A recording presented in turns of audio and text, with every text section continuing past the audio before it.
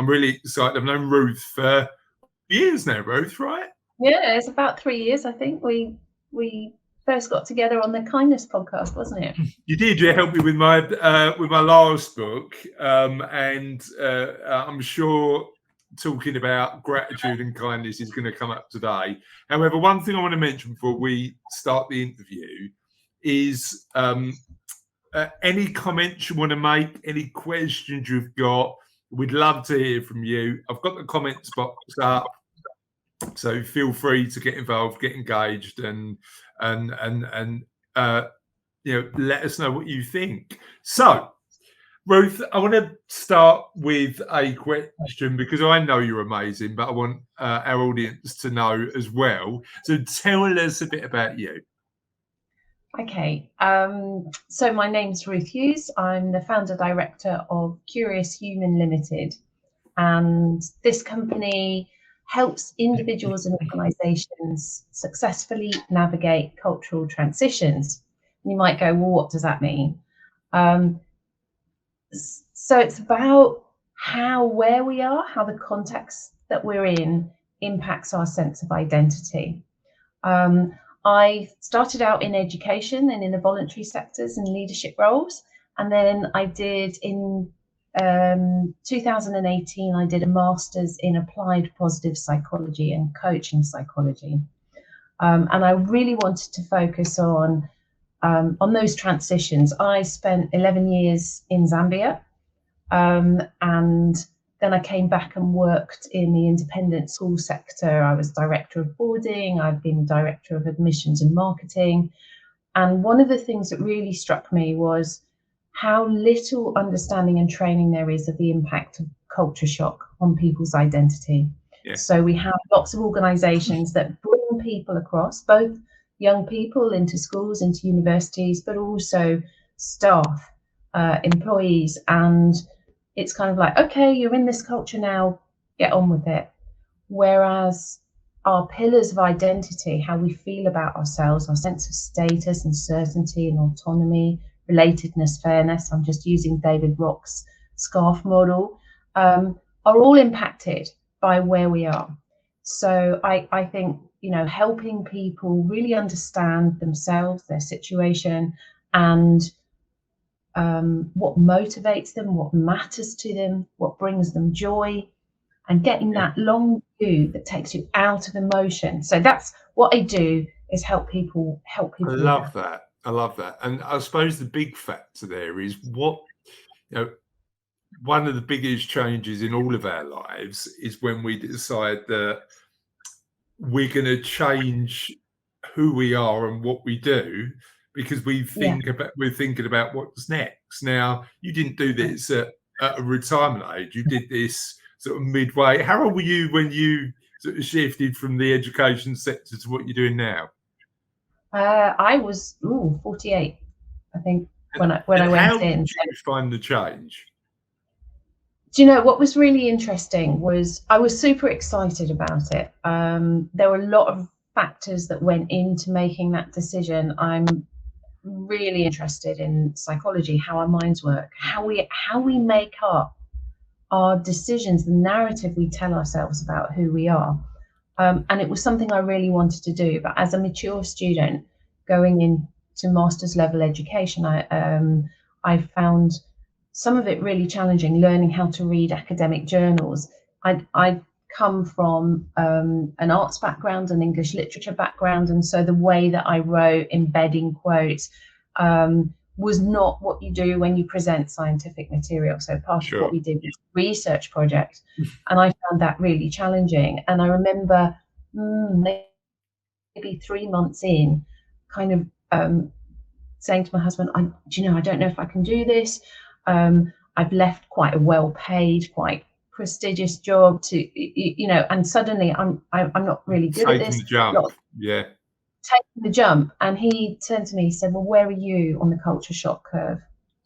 And that was, I was thinking, this is what I've come here to do. But I think when the emotional impact hits you, it can be really hard to see the long view. And that's one of the reasons You know, as soon as I saw that, you can step out and you go, okay, well, I use a culture shock curve, which is adapted from Gullahorn and Gullahorn's W curve. It's used quite often with people moving abroad. But it isn't just that. You know, you start off something new and you're excited and you're loving it, and then you become aware of what you don't know. So you move from being unconsciously incompetent to being consciously incompetent. Yeah. I didn't know I'd have to do this. I didn't know that this is what this would feel like. Correct me if I'm wrong, but I'd imagine if you're, and again, this goes back to that identity question, right? Yeah. I'd imagine if you've in your previous life been considered an expert, Right. and really good at what you do, that Right. transition to being in a state where you're saying, well, actually, I'm not the expert in this position, I'd imagine it can be quite difficult, right? It's really uncomfortable. It's deeply uncomfortable, and I think part of modern life is we try to reduce discomfort in our life. We don't sit there, and we certainly don't think this is really good for me, this is really healthy for me. But actually, that embracing of discomfort, stepping into it, that's where you grow. That's where you really become aware of who you are. I mean, one of my research participants, he talked about, so I was trying to find out from people who felt they'd successfully culturally transitioned, what made that successful. And he said to me, when you're in the aquarium, you don't know the color of the water. It's only when you step away and you look back, then you can see if it's cloudy, if it's green, if it's clear. Yeah. And so putting ourselves in those situations where we can't be the self that we were because the context has changed, because how people relate to us has changed, that helps you really tap in, well, what are my values? What are my beliefs? Who really am I? So there's 2 points you raised there that are really interesting, because in our world as financial planners, a lot of what we do is help people zoom out and say, look, what's happening day to day may not necessarily, it's that old thing, you think, you can achieve a lot more than you think in 10 years and a lot less in a day. So it's about helping people make sure that they zoom out. Something I've been thinking about, and I'd be really interested in your perspective on this, because I think this might be pop psychology as opposed to the evidence-based stuff that you do. So I'd be interested in what the science says about this. I've been thinking a lot in my own life about doing the hard stuff. So it's probably easier to eat the chocolate than go to the gym, right? And it's easier to admit, to pretend you've got all the answers as opposed to admit you're wrong and still learning. What do you think about that? Doing the hard stuff and putting yourself in positions of discomfort. Yeah. If we zoom out, is actually good for us. What are your thoughts around that? Yeah, totally agree with that. In fact, I've got a friend and a colleague, Paula Reed. She's written a book called Adventure Psychology. She invited me to contribute to a chapter, and her sort of phrase that she uses is going knowingly into the unknown. And what she does is something else. She was the 3rd British woman to walk to the South Pole carrying 48 kilos worth of sled behind her, and I mean, she's extraordinary. She's around the world yachtswoman. That kind of level of physical discomfort is something beyond me, but the psychology of it, of going knowingly into the unknown, as she would put it, really putting yourself out there. And this is why people who make those changes in life, and for me especially, people who change countries, but even changing jobs. One of the things that after I graduated, I worked for a few years. I still do some research supervision for the University of East London, and I set up an academic coaching for success program for people who were coming into university education from non-traditional backgrounds. So first in your family to go to university. You know, those people who come from a background where other people have gone, they, you know, there's when a things part, isn't there? Yeah, right. And there's also a resource. You can talk to people in your family and you go, you know, this feels really hard. And they go, yeah, that's normal. Round about yeah, Christmas, everybody feels like that. If you're the first in your family to do something, and in that case, education, you haven't got that. And so you hit that point of discomfort. That hit me, actually, yeah. even though I knew about this in advance, where you can go one of sort of three ways. Either you just start to get used to it, adjust, expand your knowledge. That's the kind of usual path. But otherwise, you can say, I really hate it here. I feel really uncomfortable, don't like the place. It's too hard. The teachers are not what I wanted. And then you leave. And that's, in a way, an abandoning of the dream that you'd set yourself up to do. Or you can turn in on yourself and you can say, well, the place is great. Other people seem to be coping fine, but I feel awful. So I'm anxious about this. Maybe I have anxiety. I feel desperately sad. Maybe I have depression. There's something wrong with me. And you can get this spiraling of emotions. Whereas if you can see the curve, and if you know that at that point, this emotional response is normal, that can help you contextualize it. And I'm not minimizing depression or Yeah, anxiety. And I think, you know, there are times when we need professional help with those. And you need to know where you can go to, you know, Mind UK, or there are a lot of places that can provide that support. But feeling that uncomfortable emotions are not okay isn't always helpful. Actually, those emotions are there for a reason. yeah, You know, if you're yeah, away yeah, from people you love, it's normal to feel sad. If yeah. you're doing something you've never done before, it's normal to feel anxious.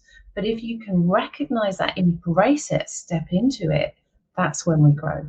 That's when Yeah, we can be. 100%. And it's that, as you say, it's that sort of, you sort of, I suppose when you do something stepping into the unknown, you're proving something to yourself, aren't you? That, like, Right, sort of, you're building that muscle effectively of right, going, oh, actually I can do it. I might not be perfect, but I can do it.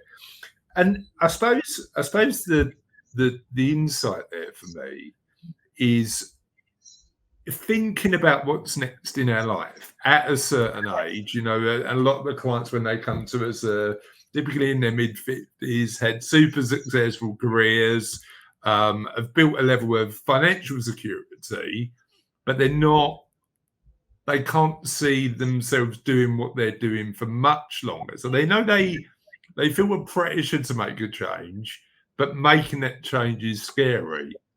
What right. factors should somebody like that consider when they're thinking about making change in their life, but the status quo, it's like warm bath. Status quo feels normal, but they know it's like they can't stay on it for too much longer. Otherwise, it gets cold. That was the worst analogy ever. I'll get better at that one, but you know what I mean. Yeah, yeah, it is. It's that sort of intentional decision making. I mean, I have a program that I run both with companies to help cohorts of employees, you know, new joiners, or people, again, particularly people who've come from different cultures. But it works just as well with individuals. So I coach people as well. And it takes into all of those aspects. So with your permission, I'll sort of talk through that Please process. do. So I call it the SMILE program, Okay. because hopefully that's what we end up with. But you start off with self and situational awareness. And although we think we know ourselves, it's when you step out of that comfort zone that you find out things about yourselves, that, you know, your unexamined assumptions about the world, and also what matters to you, what means to you, really is important and meaningful to you.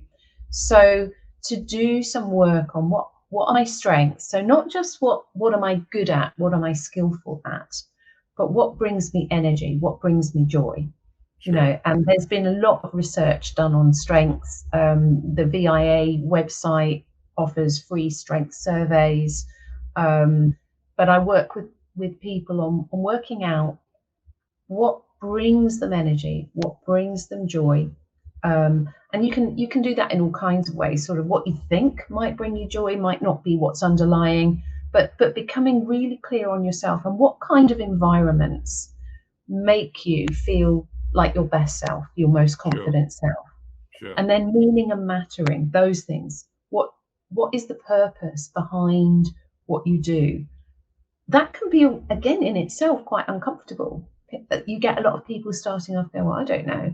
But there are sort of tools and techniques and ways of exploring, finding out those things.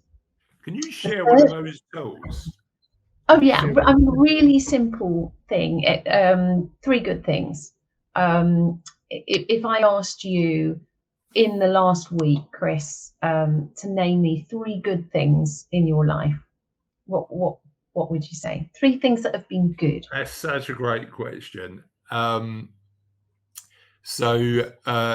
My daughter's birthday was yesterday, and we ate a caterpillar cake and laughed about absolute nonsense. That was good fun.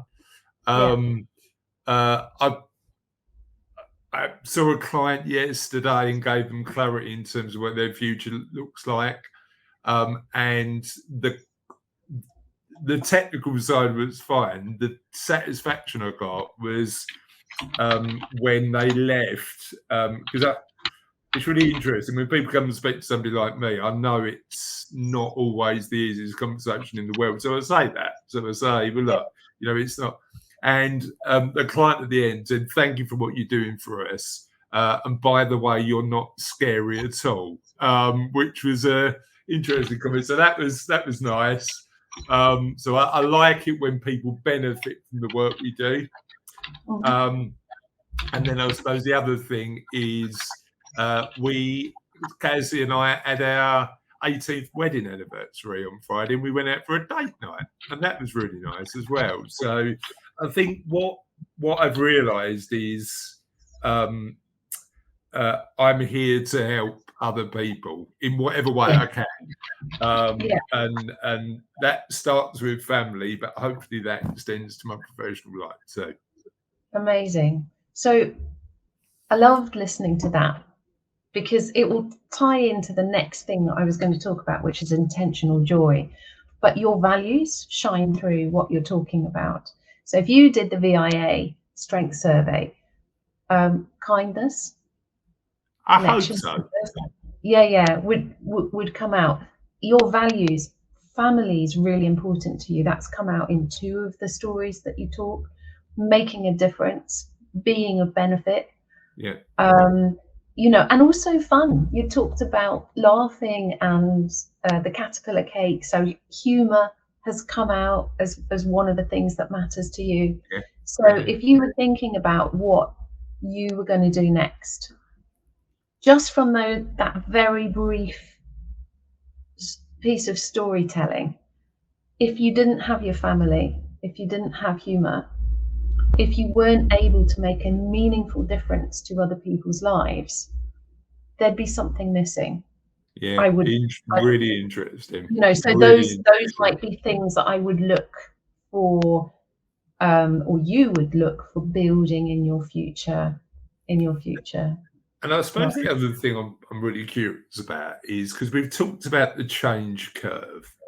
And we have a conversation with clients, and certainly the more I'm learning about sort of this as I'm writing sort of the book and things like that, is that, as you say, the benefit of taking the long view and zooming out.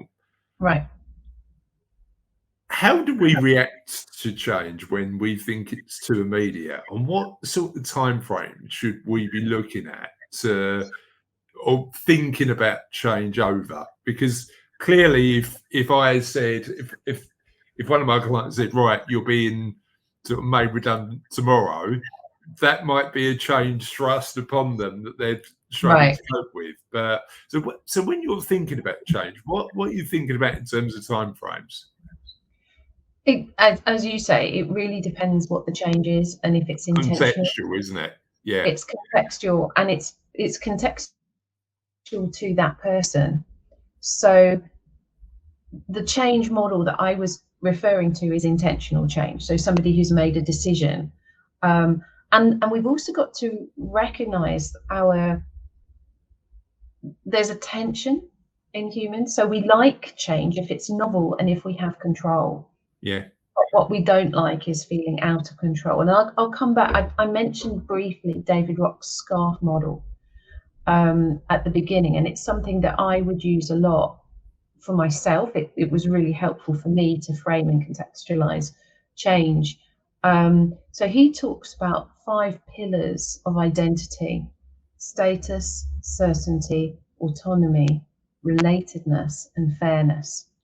And this is really relevant to what you're saying about change, because when those pillars are adversely impacted, when we're put in a position where our status or our sense of understanding, certainty, what's happening next, our autonomy or control, how people relate to us, fairness, when they're adversely impacted, the hormones that are released in our brain are stress hormones. So adrenaline, cortisol, for example, that go straight to the limbic system, the back of your brain, and puts you into a threat situation. So you'll have heard, of course, of fight or flight or freeze, or now submit or fawn, as being stress responses to try to help you regulate.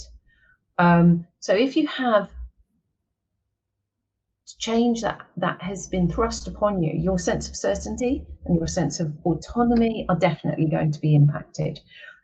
Your sense of status may well be impacted as part of that. So all of those things you're trying to regulate, you're trying to get back into a position where you feel in control again. So that is going to need to be addressed first.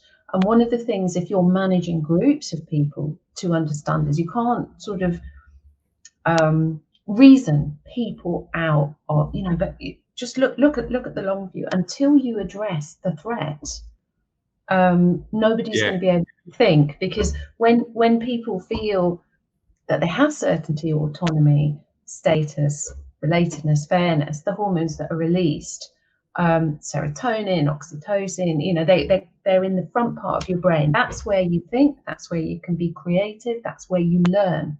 And so I mean, I suppose when I'm thinking about the clients that we help, that SCARF model is really interesting, because status is something often they're giving up. Right. And they sort of know that they want to do it, but it's difficult to.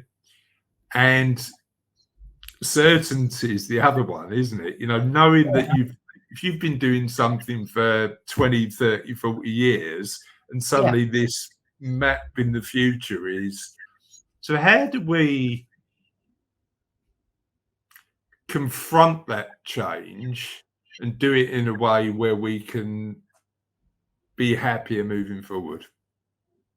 Well, first of all, I think that recognition of what you are leaving, and I think actually celebrating it, so grieving for your past self, but recognizing that we build on it. It isn't gone. And there are a couple of organizational change models, Lewin's model of change, Bridges' model of change, that talk about. So Lewin's, you can really sort of visually see it. You were there, you become this sort of puddle, and then you've got this new self that you're stepping into. You have to unbecome what you were before. And if you're thinking of internationally, there are some models that are used for expats who change. So sort of there's one called ROC, and I can't remember all of it, but it's sort of reconciling if you've got things undone, if you've got apologies to make, for example, but also celebration. So recognizing the people that have done things for you, showing gratitude to them. But that kind of marking of what it is that I'm letting go and doing it intentionally. So taking that autonomy back and recognizing that feeling sad about losing something that you've spent many years building is a normal human emotion. Maybe, this is why we have rituals and ceremonies. And I think actually one of the reasons that COVID hit us so hard was because those rituals and ceremonies of transitions were paused, so young. Yeah, such an interesting perspective, that, because it's, having a celebration of what's gone, recognizing what needs to move forward, allows us to sort of like richly draw a line, right? Right. Can we explore a little bit about some of the areas we talk about in the What Happens Next model? So, what I'm thinking about is physical well-being and the impact that plays on our psychology and happiness. Tell me a bit about that. What does the evidence say? Massively important. So, if you brought in positive psychology, I've already, the 3 good things that I mentioned, that's one of Martin Seligman's. So people who are interested in positive psychology, the sort of godfather of positive psychology is Martin Seligman. Thrive is amazing, isn't it? Thrive is the book that I read that I just got so much out of. I 100% recommend that. Yeah. I mean, he sort of in 1998, he called on the American Psychological Association to stop focusing so much. He said, what we've done is brilliant on what goes wrong and how to fix it, but let's look and let's scientifically evidence what is right. And then use that to help everybody make their lives better, thrive more. So he came up with this model called the PERMA model, where he was saying what the research needs to look at are these areas: positive emotions, engagement, relatedness, meaning, and achievement. And you asked me about the physical well-being. Well, that's missing from the PERMA model, but Peggy Kern and Michelle McQuaid said, no, PERMA needs to be spelled with an H on the end, health and exercise, because there is so much evidence about the impact of health, exercise, your physical well-being on everything else, So yeah, there's a fantastic evidence base on the positive impact of physical well-being on everything else. So one of the lecturers I was happy enough to study with, Kate Hefferon, has done a lot of research on that. So if you're interested in the research base, it's worth looking at her work. Amazing. I always find myself, and it's weird, that challenge thing. I was at the class yesterday, and 3 burpees in, Ruth. I felt like never wanting to exercise again. But actually, the chemicals that kick in after that, this is like, I felt amazing afterwards. And I've been thinking a lot, particularly when we're talking about what happens next, about balance. About balance, because what we tend to find when we have informal conversations with clients about what's next, part of the driver to change is they recognize they've probably not got the balance right. And I'm really conscious of, I'm a firm believer in comparison being a bit of a thief of joy, and not talking about perfect balance like it's something that actually exists, but striving towards balance. How important do you think balance is? What does the evidence say about balance being important in our lives? Well, you've introduced quite a lot of different concepts there, but I'm going to come back to the individual. What looks and feels like balance for you is going to be pretty different to what looks and feels like balance for me. But what I'd pick up on mostly in what you're saying is judgment, because you and I have talked before about comparison being the thief of joy. If you're looking at what makes you happy and you're sort of saying, oh, well, this person does that and they're better than me, or this person does that and they're worse than me. Those are the things that make us unhappy. It's those kinds of narratives. And I mean, I'm really aware I'm throwing in models all over the place, but ACT, acceptance and commitment, it used to be, well, there is therapy, but there's also training, there's also coaching. So helpful, because when you're looking at your goal, so what is your goal? What do I want? And your goal could be to be healthier, to be fitter as I go forward into this next stage. If you were saying this, so if you said to me sort of doing 20 burpees, is doing 20 burpees every morning a good thing or a bad thing? Well, for you, that might be a great thing.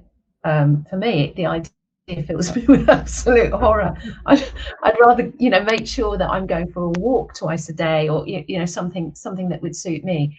Yeah. But the burpees themselves are neither good nor bad.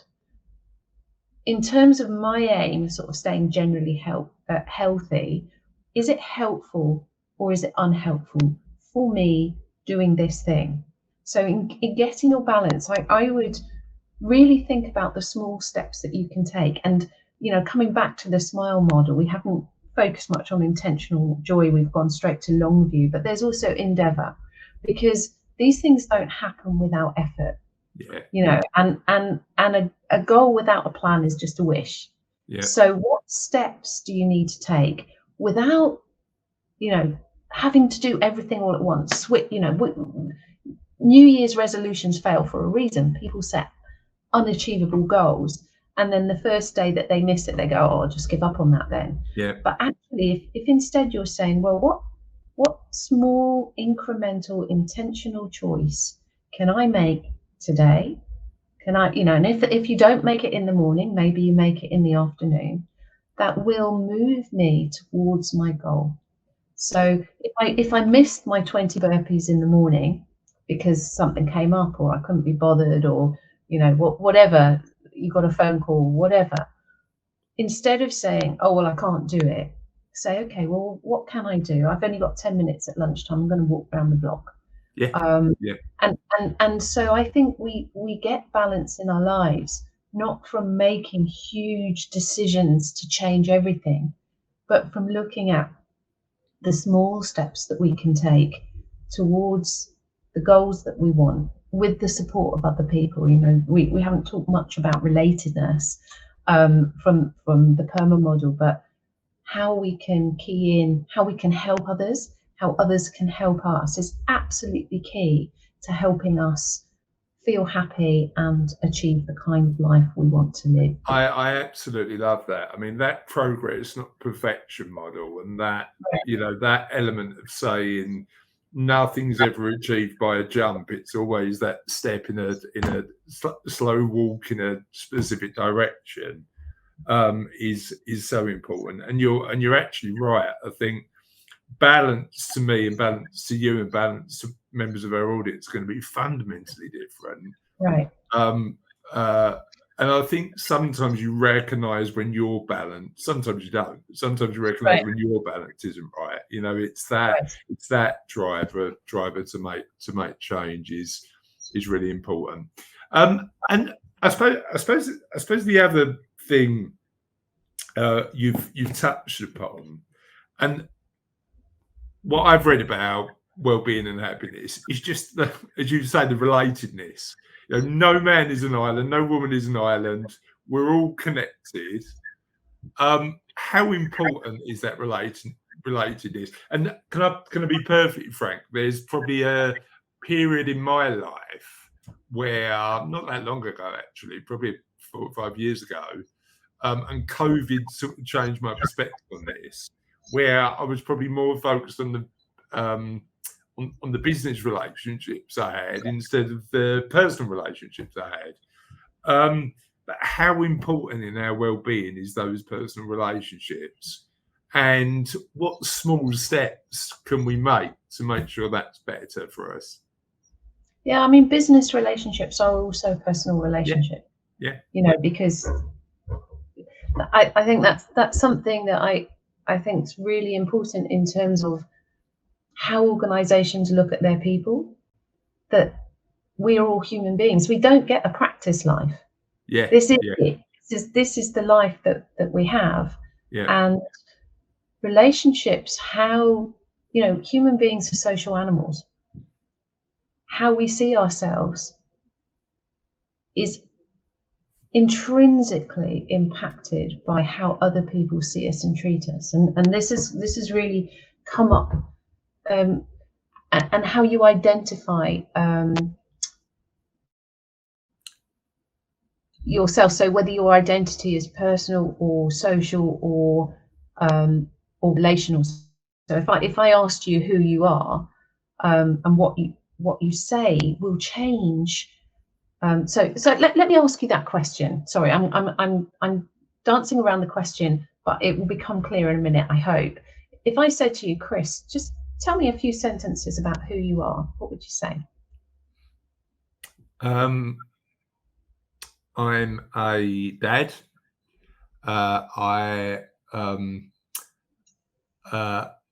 I'm a business owner. I'm somebody who's on a journey at the minute. So my identity is in a bit of a flux, I'd say, because I'm also a learner. So I'm somebody who wants to understand more. So, but that's the interesting thing about this identity stuff. You know, we're talking about what happens next. Yeah. And we're going through a situation in our family where I've got one adult daughter and one who's not little anymore. She was 12 yesterday. And actually that role of being a dad evolves as well, right? Because our kids get to a point where if we've done our jobs right, they probably need us less. So like managing that, if you ask me in 10 years, would those roles be in that order? I don't know. Right. Well, our identity does change over time. You know, the research on personality had previously suggested it was pretty stable. But if you look at the research, that the context in which it was taken was pretty stable and over a relatively short amount of time. So if you look at personality traits over 10 years, for somebody who's in a similar work role, not much has changed that's impacted on personality. When you look at COVID, interestingly, overpopulations, we became less agreeable, less open, more neurotic, which those traits are all pretty stable, but the whole context changed. But I'll come back to you. So you're a dad. Let's say if you decided to retire next year, you'd still be a dad. But as you say, the role, what that means might be very different, especially as your young people move on in their lives. And, you know, maybe your identity at some point will change to being a granddad as well, you know, and those things become more important. Your identity as a business owner, if you retire, that's definitely changed. So that's going to leave a gap in your sense of self, you know, unless you, I don't know, if you sold the business, if you passed it on, but that, so if I'm not a business owner anymore, what am I? If you don't think about that, and in terms of identity, that's going to really create some discomfort that will need addressing. So what I was really curious about was the sort of key components in terms of values and strengths and beliefs. At the moment, you addressed in terms of I'm a learner, and that is the most permanent of the three. So if you're a learner, when you move into retirement, into transition, you are still going to be a learner. How you learn, and that will remain stable for you. So it is part of the challenge that's looking at those transient values, like a business owner. I'm not always going to be a business owner, but that desire to help might stay, right? Gotcha. Exactly that. So it's looking at what things we identify with that are transient or a bit more permanent. How do we recognize the difference? Well, you key into what the underlying motivation is, and you've just done it just by yourself. But again, so if I said to you, so you're a business owner, what is meaningful about that to you? Yeah. And you said, okay, actually being able to help people. So that value of kindness and helpfulness and that needing to help other people, that's permanent. That's not Yeah. married to the being a business owner. So when you're moving But into you a could argue that autonomy is a value as well, right? You know, right, having the control over your own destiny, yeah, despite the sometimes painful elements of being a business owner, allow you right, to do that, right? right. So it's about looking into and under and through the narrative and exploring, well, what is it about this that matters? What is it that's meaningful? And if the circumstance changes, how can we key into those things in the new circumstances in a way that will continue to manifest that meaningfulness in your life? And let's not forget the endeavor. You know, it can be simple, but, you know, burpees, you had to push through those first 3 really uncomfortable burpees before your endorphins got released. I've still not got used to them, Ruth. I don't think that ever happened, but you're right. You're right. It's that, you know, it's like that. That challenge in our life is Right, an important point, part of growth, isn't it? That right. element. We've talked a little bit about this, and I know we met because you provided me amazing insight in my last book I wrote about kindness. Talk to me a little bit about, and the way we're framing it in this is slightly different. We're talking about sort of community and helping others and stuff. We've talked about how important gratitude is in our lives. Yeah. How important, and what's the benefits of when we're thinking about what happens next, thinking about how we help others. 100%. So again, if positive psychology interventions are evidence-based interventions that have been shown to raise well-being, and kindness interventions are a massive part of that. In fact, one of my former colleagues, Rona Hart, is at University of Sussex, and she's doing a lot of work and research into kindness and its well-being benefits. But again, if I bring it back to an actual intervention that you can do, there are a number of different ones. One of them is random acts of kindness. So to specifically look in your day for things that you can do for other people, you know, just letting somebody go in front of you when you're stepping onto a bus, or you know, many different things, helping somebody in different ways, that improves your well-being and other people's well-being. And there is some research, that quite old psychological research, so people being given $100. This was obviously American intervention, and so that you measure well-being. There are well-being scales that you can take, how happy you are, and you're given $100 and given the choice of spending it on yourself or on other people, and without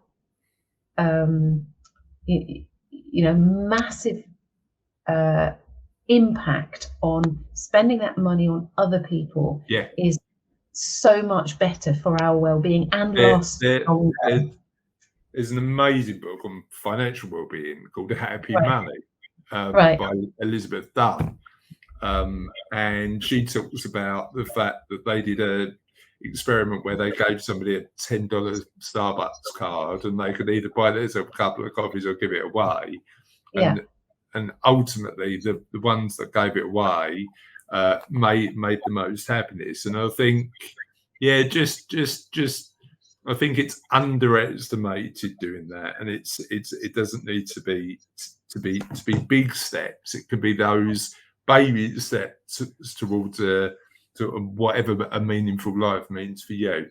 However, we've spoken quite a lot about this journey being scary, Right. and moving into a situation where we're putting ourselves in intentional, I don't know if pain's the right word, but intentional discomfort. What's the first steps, do you think, when somebody's thinking about making a change in their life, that they need to take?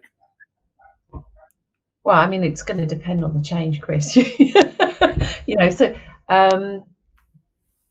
that I'm going to come back to Paula Reed again, going knowingly into the unknown. So planning can be really helpful. One of the reasons that the kinds of changes that you talked about in terms of making, an unexpected redundancy is you haven't been able to plan towards that. Yeah. And so being able to think it through. So I would say that if you have an unexpected change that's come in, the first thing you need to do is be able to emotionally regulate. And for me, breathing, it sounds like, yeah, we all breathe, we do, but taking really deep breaths, really focusing, doing apps like Headspace are great for helping you focus on being in the here and now. Quite a lot of our distress comes from the movie that we're playing in our head about what is happening. So, if you can think like right now, right here, I'm safe, got enough food in my belly, I'm warm. I'm panicking about the unknown and the future, but actually I'm just going to breathe into that moment. I'm going to think about things that I can see, things that I can hear, things that I can smell. And I'm going to work on focusing first on emotional regulation. Okay. And then I'm going to be really clear about my coping and my distracting strategies. So at times we can do things that help us cope with and engage the thing that we're trying to deal with. At other times we need to get away from it. We need to go for a run. We need to watch a film. We need to use those moments of intentional joy and not feel guilty about it. One of the things when you feel like something big is going wrong in our lives, bereavement, actually what's going on in the world at the moment is causing a huge amount of distress. Sure. And so you can think, well, then it's not okay for me to feel happy in the small moments, cutting a caterpillar cake. But those small moments are really important. We need a break from an overall overwhelming narrative. So I would say, if you're going to step into something that's unknown, you use the long view. You know that there are going to be times that distress and discomfort are coming, and you need to know your own personal strategies for dealing with that. They're going to be different for you. They're going to be different for me. What is it that helps me regulate at the times when I'm distressed? Yeah. And for me, the thinking. So there's a great TED talk, Kelly McGonigal, talking about stress. And she's done a lot of Dr. Kelly McGonigal, but just Google it on stress. And she talked about it isn't the actual stress that causes the health issues. It's how we think about stress. Perspective, isn't it? Yeah. Yeah. So if you know those symptoms that come up, if you have to make a speech in front of people, your palms might be sweaty, your mouth might feel dry, your heart might be racing, you might have this thing, oh, I've got to talk in front of people, I don't know what I'm doing. She said, when people had been taught and trained that is actually your body preparing you to succeed, to deal with the threat situation ahead, the negative impact of the stress disappears. The stress doesn't disappear, but the damage in the way that our blood vessels constrict does. And so I try to do that. I deal with quite a few situations where I'm stepping out of my comfort zone. But if I think, these symptoms that are making me feel anxious are actually my body preparing me to succeed, what can I do now that's most helpful? I'm not judging, oh, this is bad, I feel awful. I'm saying, okay, this is myself. This is my body letting me know that this situation needs dealing with. Yeah. What can I do that's most helpful? And I would take that into your planning. So you've got that, and then you're thinking, what matters to me? What do I know about myself? What do I know about the situation? What can I do to prepare? And how am I going to deal with the tough times when they happen? Then you're in a pretty good place to take the next step. What's interesting to me is so that perspective I love, but we've known about this for thousands of years, right? The Buddhists used to talk about it, the Stoics talked about it, and and now we've got a really solid evidence base of one of the Stoic philosophies I love is that just focus on control. Not easy, but actually a statement that then helps you think about, I can't do anything about the situation, but I can focus on how I react to it, and my body's telling me that I probably need to do something. So yeah, it's great. So first step, and again, breathing techniques, meditation, for some people work. They're all things that are worth doing. But I suppose the interesting thing there, Ruth, is the importance of that intentional step into discomfort and planning early so that you're ready. Whenever it happens, you're in autonomy and control, and that's not always possible. But if it is, we should get ready for it, right? And noticing ourselves. I knew about the culture shock curve before I went back to university, but when we're in that emotional high alert, we can forget all the models because that's not the part of our brain where those things are kept. And talking about other people, it took my husband saying to me, where are you on the culture shock curve? Because other people might notice your reactions, might be able to feed that back to you. And what you said, Stephen Covey, circle of control, circle of concern. When the thoughts go whirling, which bits of this can I do something about? How important is help? How important is getting somebody to support you on that journey? Yeah, your dog. Can hear a dog barking. I think help is really important, and in both ways, both the help that we can offer others, but being able to ask for help and support ourselves. And I wonder, when you're talking about your clients, if you've been in that position of being the person that other people go to, it can feel really uncomfortable, feeling that you need to go to other people for help, maybe. And again, that might be something that's really worth looking at in yourself. I heard a fantastic talk with Animus, and Simon, I think it was Carvaccio, I need to find that surname, but he talked about the celebrated self and the denigrated self as being cultural stereotypes, particularly in Western cultures, that it isn't acceptable in organizational culture to be vulnerable and to not know and to sit with uncertainty. And so the celebrated self is, the person with the answers, the person who other people go to for help, the person who deals with any new situation.